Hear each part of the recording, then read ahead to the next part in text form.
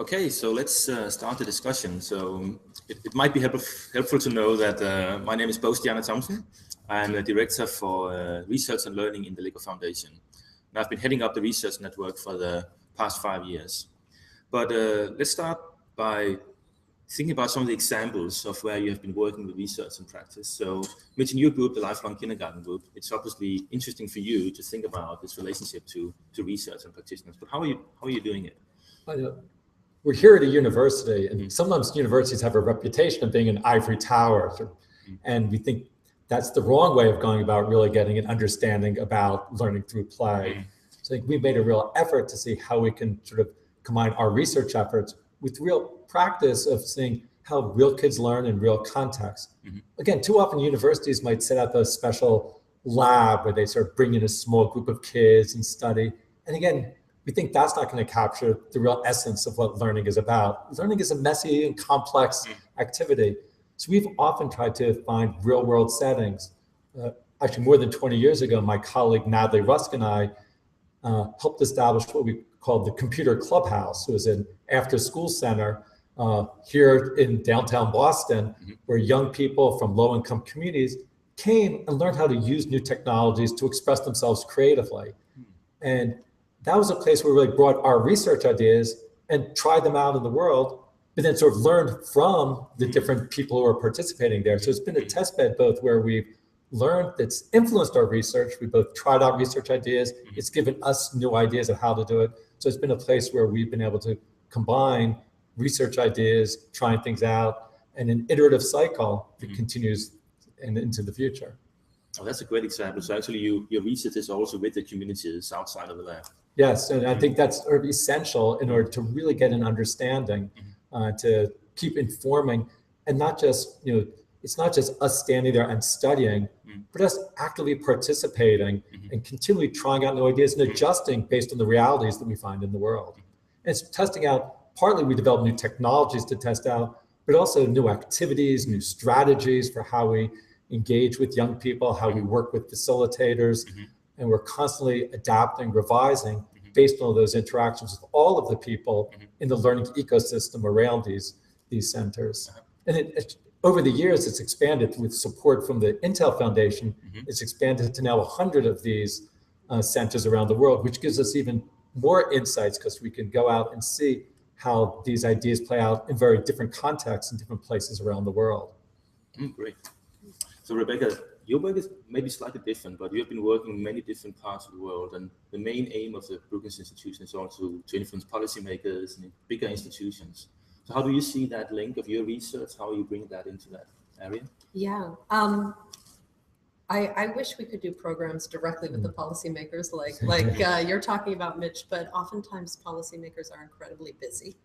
And so you have to engage them very strategically. And if you think about what the job of a standard policymaker, whether it's a minister of education in a developing country or someone who's head of a large school system here in the United States, they, first of all, they're often not specialists in everything that they have to make decisions about. They might be specialists in one piece, but they're overseeing everybody, all the kids in their school system, all the young people in their country. So you have to think of them as generalists. Second of all, they're working under time pressure, and they have to make decisions within whatever it is who their supervisor, maybe the president or somebody else like that, a governor, has told them, we want X, Y, and Z. So whether it's 6 months, a year, 2 years, and one hopes good policymakers, if they're sitting there saying, I need to decide between keeping things as they are, or perhaps one or two or possibly more paths for change, that they do that based on evidence, on data. What works, what's effective.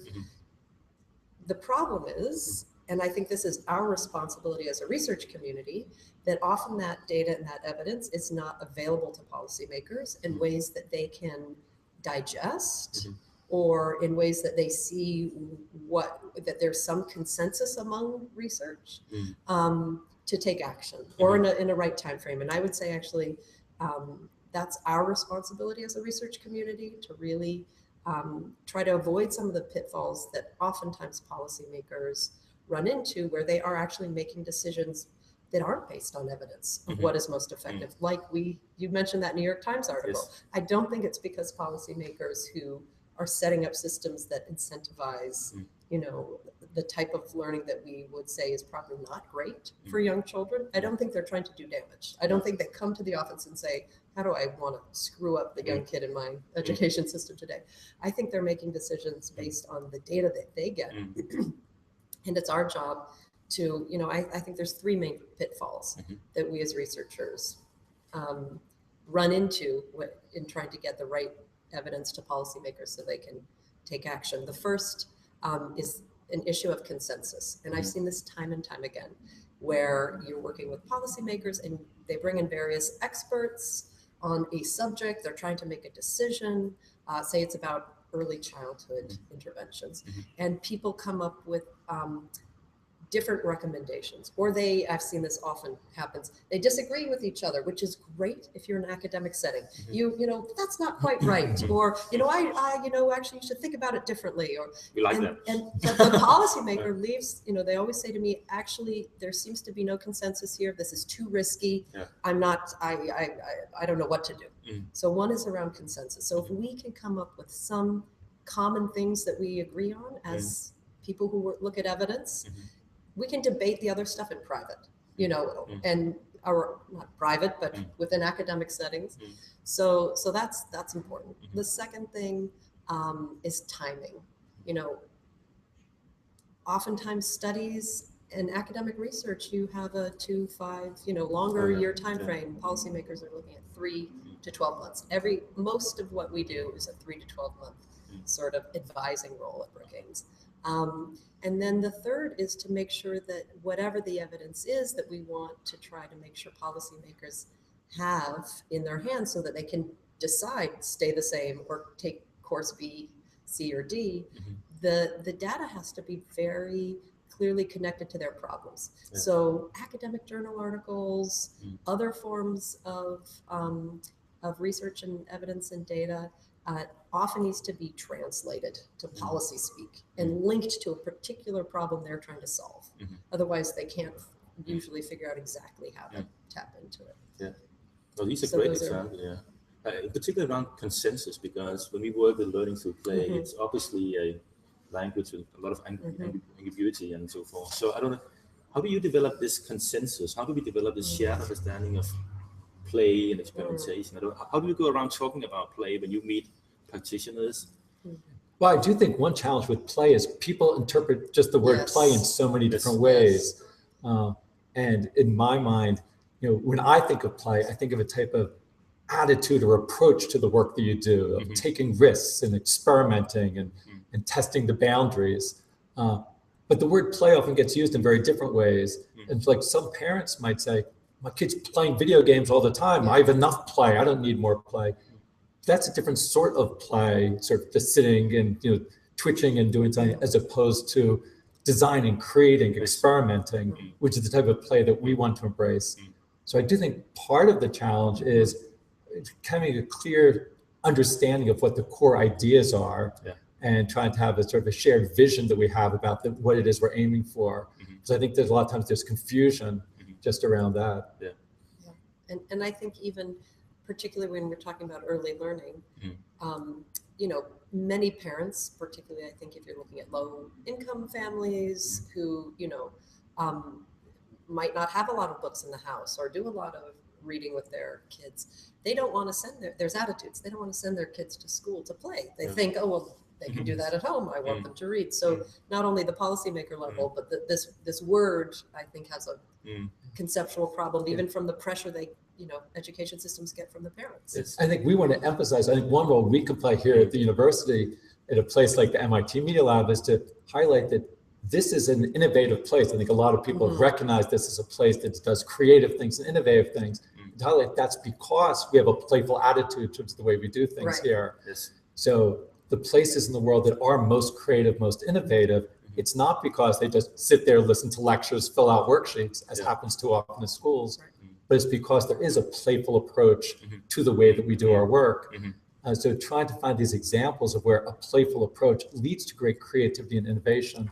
Because I think most people do recognize these days that we're living in such a fast-changing world that the ability to think and act creatively will be critical to success for everyone in the future, whether it's individuals or companies or communities or countries as a whole. So I think people do recognize the value of developing as a creative thinker. I think we need to help people understand that link between a playful approach to investigating, inquiring, iterating, and how that leads to the creativity that I think most people recognize is increasingly important. One strategy that I've seen and been involved in various times in various initiatives is trying to get both the research and academic community as well as practitioners, really field practitioners, whether it's teachers or other education personnel, and policymakers together to come up with shared, at least aligned terminology and some basic shared concepts that everyone agrees on. And I've seen that go a long way, actually. And it will take time to have those types of discussions.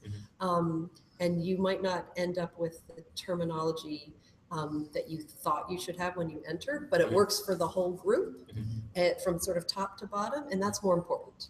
And it's, so I think we as a community should, be open-minded. We might not talk about play all the time in every context, but we might talk about generating, activities that spur creative thinking. I'm making this up, but that might resonate more with a wide group of people. But I think that exercise should really happen. So really, everyone is on the same, when they use the same short set of concepts and terms when they go out, and then they can all elaborate and add in on their own, whatever their own work or particular bent is, but there's like a common core message from top to bottom. Yes, that's also what we, in our report on the Research Innovation Networks, like a global shared vision is kind of the key point for it. But experimentation and creative thinking as a future vision of how children should grow up, does that also resonate with the policymaker, like when they're thinking 12 months ahead? It's really interesting you say that. Well, from someone who works a lot with policymakers, what I have found, and this again is just in my own experience over many years, when you go in and you start talking to policymakers, particularly if they're not early childhood education specialists, which I found very few ECD specialists in the policymaking world, and you start talking about play, they will dismiss you right away. Because they've got budgets, they've got standards to meet, they've got kids who can't read, they're freaking out, and you're coming and talking to them about play. So if you can get to talk about play, but first you have to go to them and talk about successful quality learning for your children, and talk about holistic learning and why it's important, and why a range of approaches are needed. So play is not play versus reading. I think that's what's in a lot of policymakers' minds. So first, what I find is you go in and talk about the different skills young people need to establish, from very early age on, to be successful in their life and work. And then their ears perk up because they're worried about youth unemployment and all sorts of things, and they, want their young people to be successful. And if you can show them the evidence and the data that's quite strong about investment in quality early learning. Across a range of skill sets, so not just literacy, but also executive function and a range of social emotional skills. Why that's so important? Then they say, how do I get there? What do I have to do? And then you can talk about it. I mean, one thing that I think is fortunate these days is I think there is a growing recognition among companies and policymakers of this importance of creative thinking. So they realize that young people, to go into the workplace, if they aren't creative thinkers, they aren't prepared to really contribute in the ways that are needed in today's society. So I think there is a growing shared consensus around that, which I think serves as a good foundation to then ask the question, well, what's the best process for helping young people to develop as creative thinkers? So once we sort of get that shared consensus around what the goal is, then it's easier to start talking about, well, what is the approach and the strategies we can use? And that's where I think these ideas about playful approaches to learning can really sort of be understood of what they're contributing to. So it's interesting for us, I think, even if you talk about creativity or you talk about these critical learning skills, play is a way to learn them, right? Even if it's academically. Absolutely. And that's a bit frustrating that we actually see some part of even evidence around it. And in fact, as that article in the New York Times shows, we worry that the trends in some ways are moving in the wrong direction. Because even though we recognize the importance of creative thinking, and I think a lot of us recognize the importance of playful approaches and supporting that, we see the traditional, instruction-oriented approaches moving down even into kindergarten, where we call our group lifelong kindergarten because we want exactly the opposite. Right. We want the playful, creative approaches of kindergarten to move upward. And we think that all of learning and all of life should be taking that approach. And we see that it works at a place here like the Media Lab. And we need to help people understand, rather than taking the traditional approaches in many educational systems, which really aren't preparing young people very well for the needs of today's society, rather than pushing them down, we need to go in the opposite direction. And I think the more we can hook our discussion, like we're having here, and Mitch has here, and lots of people have in the community we're in, to things that policymakers care about, like skills. There's a big conversation around skills agenda. You may or may not like the term skills, right? But that's what they're talking about. So I would latch onto it and then open it up in terms of what do we mean by skills, and what are the competencies, and how do you get them? And that's how we get sort of this issue.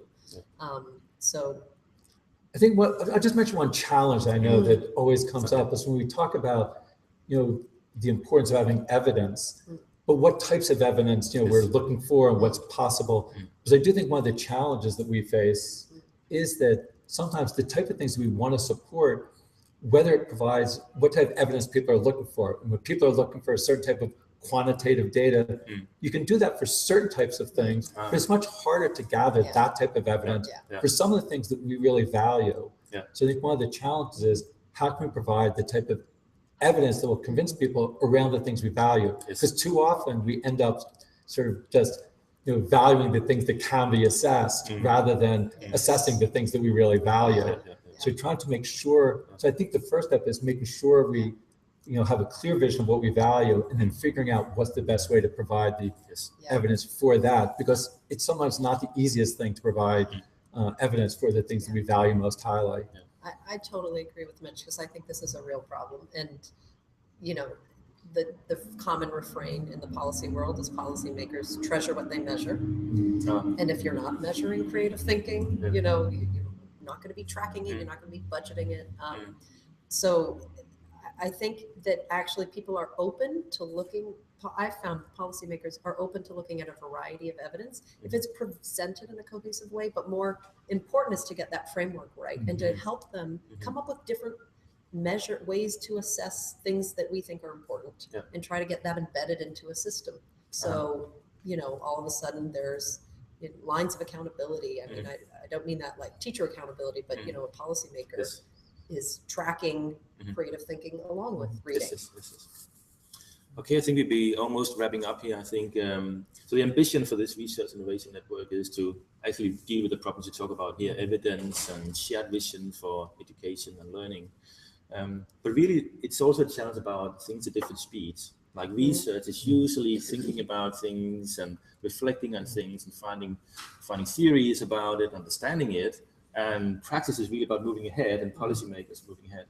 Is it possible? Can we find, is that a space we can innovate and find ways to do it? Is that an ambition we can have? You're just amplifying one thing that Rebecca was saying earlier. She was saying how policymakers want to move quickly to make those changes. Exactly. Also, technology is changing quickly. If you do a 10-year study on the value of desktop computers, they're not around anymore at the end of the study. So we need to have ways. I think one thing that I think we need to do more of is, rather than just thinking about having researchers work with practitioners, we need to have a new generation of people who feel comfortable with both. We need to think of practitioners who have a type of research mindset as they're doing their practice. And we need researchers who are also, have a piece of practitioners. So I think if we want to try to iterate and adapt in the way that's needed to bring about change, we need people who feel comfortable in both spheres, not just bringing two different people together, but have people feel comfortable in both spheres. I to answer your question, I think it, and I totally agree with Mitch, that like that's kind of the next generation to solve this problem. But I think it is possible. It's good to bridge that sort of timeline gap. Yeah. Because I think in my experience, policymakers make decisions based on whatever information they can get. So we might not have the perfect set of information, but if we're willing to work to do our job to get them the best we know so far, then they will make decisions off of that, and you can always, tweak later. Thank you so far. So, and then it's time to move into the discussion right now.